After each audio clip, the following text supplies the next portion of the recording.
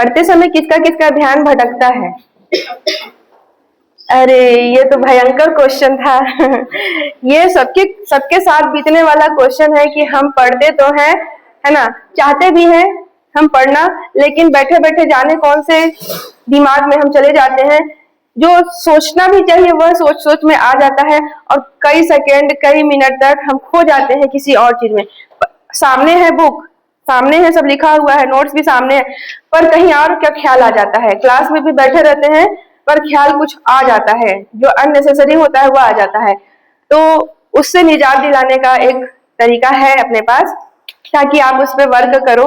ये सबकी समस्या है, कोई भी घर में भी जैसे काम करते हैं तो भटकता है दिमाग, तो उससे क्या होता है, सामान जल जाता है। ठीक है, तो इसका सबसे बड़ा रीजन अभी हम आपको बताएंगे कि क्या है। तो आपकी सारी बच्चों की समस्या तो दिख रही है कि पढ़ते समय ध्यान भटक जाता है, तो ये भटकना बंद करना है अब। तो आपको यहाँ पर एक चीज याद रखना है कि आत्म संयम, खुद का खुद पर संयम होगा तभी बात बनेगी। अगर आप इतना सारा मेहनत करने के लिए तैयारी किए हो, तो तैयारी के लिए सबसे पहला मंत्र होता है आत्म संयम। अपने अंदर से निर्णय करना है कि मैं अपने मन को भटकने नहीं दूंगा। आप कितने बड़े भागवत गीता भी सुन रहे हो ना, अगर आपका मन कहीं भटक रहा है तो भागवत गीता चलता रहेगा पर कोई मतलब नहीं निकलेगा, वो अंदर जा ही नहीं रहा है, जो एकाग्रचित होना चाहिए वहां पर जा ही नहीं रहा है। इसलिए सबसे बड़ी बात है इसमें आत्म संयम, खुद पर अपने आप पर संयम, अपने आप से बातें करना कि मैं किस उद्देश्य के लिए यह पढ़ाई कर रही हूँ या कर रहा हूँ। जिस उद्देश्य से मैं पढ़ाई कर रही हूँ या कर रहा हूँ वह उद्देश्य को यह भटका रहा है, तो आप उन चीजों को बोलिए नहीं, तुम मुझे भटकाओ नहीं, मैं तुम्हारी बातों में नहीं आने वाला हूँ, नहीं आने वाली हूँ, मैं अब अपने काम पर लगूंगी या लगूंगा। ऐसा समय आना चाहिए आपके साथ, ऐसा होना चाहिए कि नहीं थोड़ा सा और पढ़ लेते हैं, थोड़ा सा और पढ़ लेते हैं फिर ब्रेक लेंगे, ऐसा वाला आना चाहिए। एकदम अपनी चीजों से ना एकदम बहुत ज्यादा जो होता है लव प्रेम वह हो जाना चाहिए। उसके बाद आपके पास ऐसी चीजें आनी भटकनी बंद हो जाएंगी।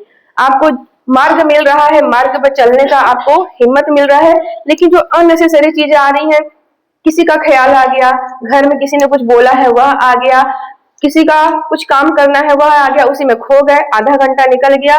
ठीक है, ये तो बहुत बड़ा मतलब तकलीफ का विषय है कि ऐसी चीजें आ रही हैं। ऐसी चीजों को रोकने के लिए एक ही उपाय है आत्म संयम रखना, उन चीजों को वहीं पर दरवाजे पे खड़े रखना है। मेरे पढ़ाई के वक्त में, मेरे ध्यान के समय कोई नहीं आएगा। अगर जो मेडिटेशन बोला जाता है उसी का एक अंग होता है। अगर मेडिटेशन कर रहे हैं, किसी परम शक्ति का आप ध्यान कर रहे हो, कुछ ख्याल आएंगे तब भी आएंगे, आपको उठा कर ले चलेंगे कि नहीं चलो कहीं और ख्याल करते हैं, लेकिन वहां पर भी आपको रोकना है, रुको मत आओ, यहाँ पर मेरा ये समय है, मैं इस समय के लिए ही बंधा हुआ हूँ या बंधी हुई हूँ, आपको यहाँ पर नो एंट्री, नहीं आ सकता, तुम्हारा कोई ख्याल नहीं आएगा, कोई भी चारों तरफ के ख्याल नहीं आएंगे, वहां पर रोकना है। अपने लिए खुद प्रेरणा स्रोत बनना है। आपको कोई आपको नहीं बोलेगा। अगर आपके पेरेंट्स आपको बोलते हैं कि बेटी पढ़ ले, बेटा पढ़ ले, अरे नहीं, ऐसा वक्त आने मत देना। तुमको माता पिता, तुम्हारे पेरेंट्स ये बोले कि बेटी या बेटा हो गया अब बस कर, अब मत पढ़, बहुत रात हो गई, तुम थक गए हो, अगले दिन कर लेना, ऐसा आने वाला समय जो होता है ना, वो होता है बहुत ही अनुभव का, बहुत ही अच्छा समय होता है। लात मार मार के पढ़ाते हैं, वो क्या मतलब है उसका? अरे पढ़ ले पढ़ ले पढ़ ले, काम आएगा, ये बोलने का समय नहीं देना है। ऐसा समय देना कि बेटा उठ, अब खाना खा ले, अब पढ़ाई बंद कर, बहुत हो गया, बहुत ज्यादा पढ़ लिए हो, अब थक गए हो, ये वाला जब मुंह से आवाज आए ना, सोचना कि सही गति में आप चल रहे हो अपनी चीजों को लेकर। तो अपने आप में संयम रखना, ये संयम कोई आपको नहीं देगा, आपको खुद के लिए खुद को संयम लेना है। आपका प्रेरणा स्रोत आप खुद स्वयं हो। जब तक आप कहोगे तभी तक वो चीजें होंगी, और जब कहना बंद कर दोगे तो चीजें बंद हो जाएंगी। इसलिए अपने आप से कहो कि मुझे ऐसे ख्यालों से बिल्कुल दूर रखना है, ऐसे चंचल स्वभावों से बिल्कुल दूर रखना है जो मुझे मेरे लक्ष्य से भटकाते हो। ठीक है, यहाँ पर आपको यह ध्यान रखना होगा, अपना प्रेरणा खुद अपने आप को बनाना है। सबका मन भटकता है, अचानक बैठे बैठे जाने कौन सी चीजें आ जाती है, कुछ नहीं कहा जा सकता, पर यहाँ पर आपको सब कुछ समेट कर, ये टूल्स वो टूल्स, दिमाग का वो टूल्स, सबको समेट कर एक जगह रखना है कि यहीं पर है मेरी दुनिया, इसके अलावा मुझे नहीं जाना है कहीं। तब आपका सब कुछ समय पर चलने लगेगा। और मोबाइल मोबाइल का भी देख लो, बहुत बड़ा रोल होता है इसमें। आप पढ़ते पढ़ते कई चीजों पे चले जाते हो, नेट में कुछ ओपन कर लिए, कुछ और मिल गया, फिर ओपन कर लिए। जितना जरूरत है उसी पे ओपन करो, उसके बाद उसका नोटिफिकेशन बंद कर देना। वाइब्रेशन भी होता है ना, तो वाइब्रेशन भी क्या होता है, डिस्टर्ब करता है। फोन को कुछ दूरी पर रख लो। इतने घंटे तक हम तो फोन से दूर रहेंगे। फोन चलाने की मनाही बिल्कुल नहीं है, क्योंकि आप ऑनलाइन ऑफलाइन जो भी है फोन से लेकर मदद मांगते हो, तो वो तो जरूरी है, लेकिन कुछ घंटे आप निश्चित कर लो कि इतने देर तक फोन हमसे दूर रहेगा, उसका कोई नोटिफिकेशन भी हमारे तक नहीं पहुंचेगा। अपना उससे कुछ दूरी बनाकर रख लो, ताकि टेबल पर रहेगा तो वाइब्रेशन करता है, वो भी डिस्टर्ब करता है। देख लेते हैं थोड़ा सा क्या होगा इसमें, तो ऐसा भी दिक्कत करता है। तो मोबाइल का जो क्षेत्र है वो यूज होना चाहिए, मतलब यूज मतलब उपयोगी होना चाहिए, अननेसेसरी उपयोग नहीं होना चाहिए, सिर्फ पढ़ने वालों के लिए ही है। तो ये चीज आप लोग याद रखेंगे। अपने लिए खुद को आपको संयम बरतना है कि हमें अपने बिखरे हुए माइंड को कैसे एकाग्रचित करना। तुम ही एक दिन हमारे लिए या सबके लिए बोलने का एक माध्यम बनोगे। तुम्ही में से कोई यहाँ आकर फिर बोलेगा कि मेरा सिलेक्शन हो गया है। वो समय को याद करना कि जब यहाँ पर बुलाकर आपको बोला जाए कि बोलो कि आपने किस पद को पाया है, कुछ लोगों को बताओ, अपने सारे यहाँ संबंधित लोगों को बताओ कि तुमने कैसे कैसे ये समय फेस किया है। वह बताने के लिए तुम लोग मेहनत करो यहाँ पर, ठीक है। पूरी दुनिया तुमको देखेगी कि तुमने सिलेक्शन पाया है, और वो समय आता है, आया हुआ है, आएगा ही, जो पढ़ा है उसी का आएगा, ठीक है। इसमें तुम लोग मेहनत करोगे। सबसे ज्यादा खुशी किसको होती है, जो यहाँ पर बुलाता है, ठीक है, उसको सबसे ज्यादा खुशी होती है। बताना चाहता है कि देखो क्या हुआ है, ये चमत्कार हुआ है, किसकी मेहनत से, इनकी मेहनत से हुआ है। मेहनत करने वालों की ही जीत होती है, वह बताने के लिए हम तैयार रहते हैं। हमको बहुत अच्छा लगता है।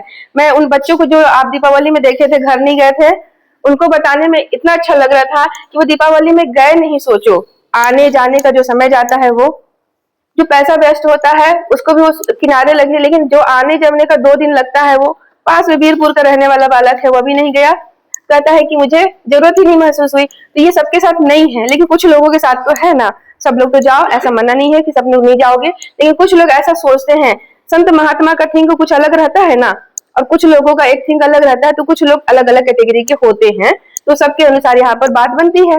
तो वैसे ही कुछ लोग थे उस दिन, जिनके साथ मैं भी दिवाली मनाई हूँ, और बता दें यहाँ पर 10 बजे तक मैं भी रही हूँ। तो मेरे को भी, मैं भी उसी स्वभाव की हूँ। मुझे भी कोई बोल दे कमंडल लेकर चले जा, तो मैं चली जाऊंगी।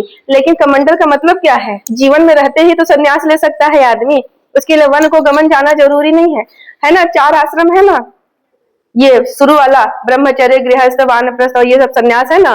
तो ये सब आश्रम जो है, वानप्रस्थ को अच्छी तरह से जान लेना कि वन को गमन करना ही नहीं होता है। वानप्रस्थ, वन को गमन करना बिल्कुल नहीं होता है। आप जीवन में रहते हुए भी संन्यास धारण कर सकते हैं। कैसे? ये चीजें बुरी हैं, इसको हम नहीं एक्सेप्ट करते। ये चीजें खराब हैं हमारे लिए, समाज के लिए, दुनिया के लिए। ये खराब चीजों से हम संन्यास लेते हैं। देखते हो क्रिकेटर लोग संन्यास ले लेते हैं, कोई ना कोई अपने जॉब से संन्यास ले लेता है, उसको कुछ और अच्छा लगता है, उस ओर चला जाता है।